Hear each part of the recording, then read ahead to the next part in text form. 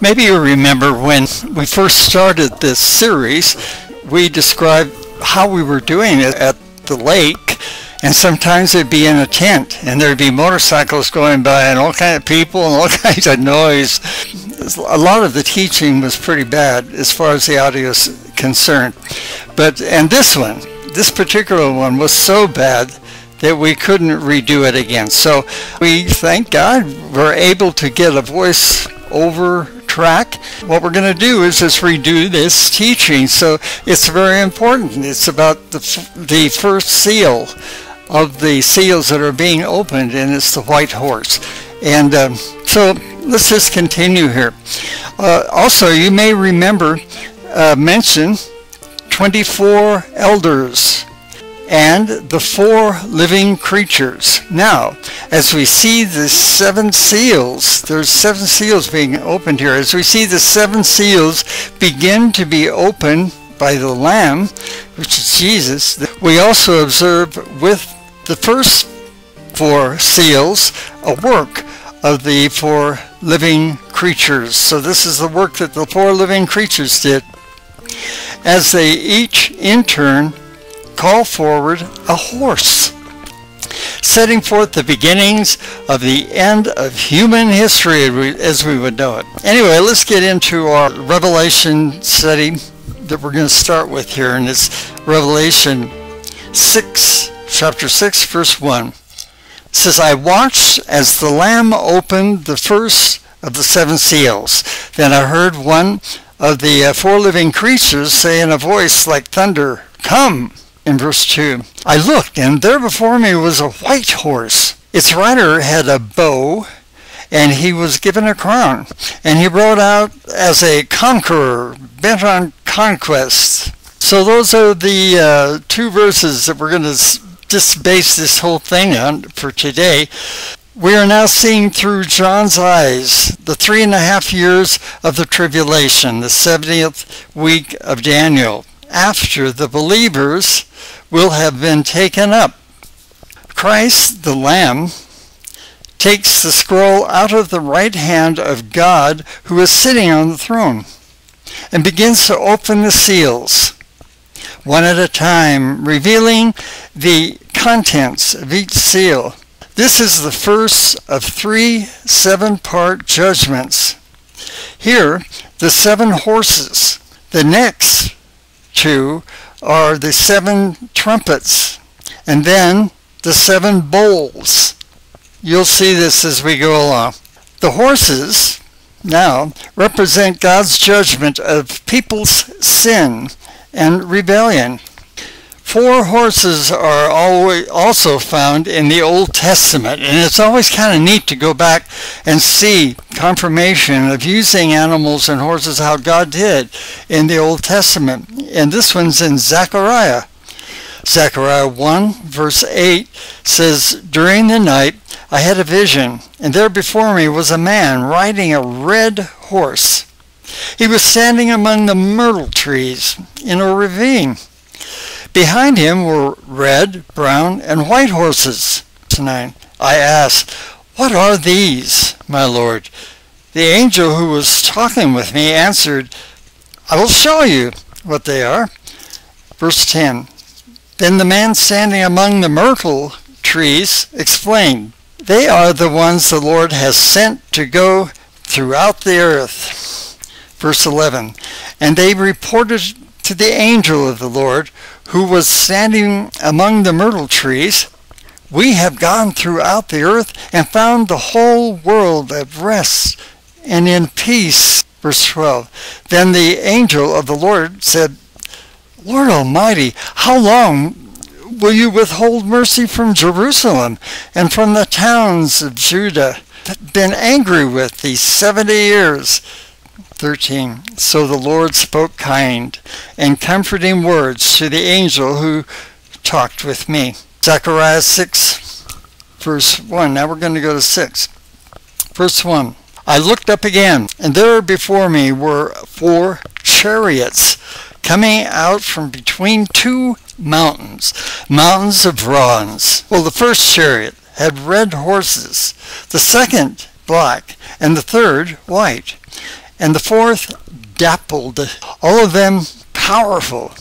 Verse 4, I asked the angel who was speaking to me, what are these, my Lord? Verse 5, the angel answered me, these are the four spirits of heaven, going out from standing in the presence of the Lord of the whole world. Verse 6, the one with the black horses is going towards the north country, and the one with the white horses towards the west, and the one with dappled horses towards the south. Verse 7, when the powerful horses went out, they were straining to go throughout the earth, and he said, go throughout the earth.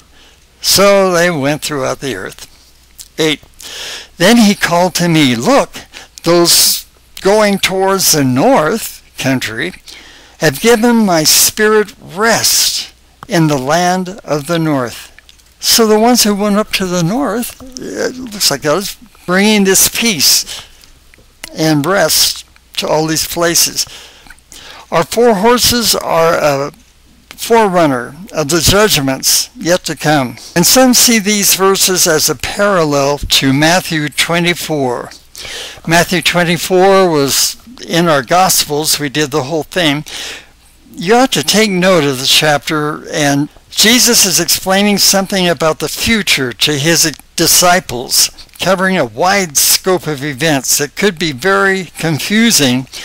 As we read this area in Matthew, remember that the Holy Spirit had not yet come on them, the disciples, until Jesus was crucified and ascended to sit at the right hand of his Father. So let's begin.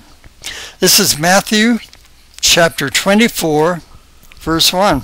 It says, Jesus left the temple and was walking away when his disciples came up to him to call his attention to the buildings. They thought the buildings were beautiful. Verse 2, do you see these things? He asked, Jesus asked. I tell you the truth, not one stone here will be left on another. Every one will be thrown down. Maybe you could say when this took place. And if you said 70 AD the Romans destroyed Jerusalem and the temple, you are correct. So now we're going to go to Matthew 24, 3. It says, as Jesus was sitting on the Mount of Olives, it's right across from the temple there. He probably sits there and looks at the temple. The disciples came to him privately. Tell us, they said, when will this happen? And what will be the sign of your coming? Oh, and of the end of the age? With all of our questions, man would obviously ask in years to come. The devil would be very happy to accommodate us through other ministers and false teachers who we would like to believe because they go to our church and we really like them, but who might give us false teachings. So it's kind of good to go to the Lord, pray to the Holy Spirit, let the Holy Spirit teach you and give you the truth as you read these scriptures, and you can see what Jesus was trying to present. Now he says in Matthew 24, verse 4, Jesus answered, watch out that no one deceives you. 5, for many will come in my name, claiming, I am the Christ, and will deceive many. 6, you will hear of wars and rumors of wars, but see to it that you are not alarmed, because such things must happen, but the end is still to come. 7, nation will rise up against nation, and kingdom against kingdom. There will be famines and earthquakes in various places. Does it sound familiar, folks? Kind of like happening now. Verse 8, all these are the beginnings of birth pains. Birth pains are before the baby is born, right, ladies? If you're a mother, you probably know all about this. During the birth pains might be what we are seeing now in the world around us, that the world is in the process of birth pains. Now, Jesus talks about after the event takes place, after he has taken his church of believers away, or raptured, or whatever you want to call it. after Daniel's 70th week begins and what the Jews will have to face on their own. Matthew 24, verse 9. Then you will be handed over to be persecuted and put to death, and you will be hated by all nations because of me, Tim. All that time, many will turn away from the faith and will betray and hate each other. And many false prophets will appear and deceive many people. Verse 12. Because of the increase of wickedness, the love of most will grow cold. 13. But he who stands firm to the end will be saved. 14. And the gospel of the kingdom will be preached in the whole world as a testimony to all nations, and then the end will come. The gospel is now in every language in the world. There's no reason, there's no excuse that everybody hasn't heard this, except they're being ripped off. They need to know. It doesn't matter what religion they are, or what color they are, or what nation they're from, but they've got to believe. They've got to believe that He's the way, the truth, and the life.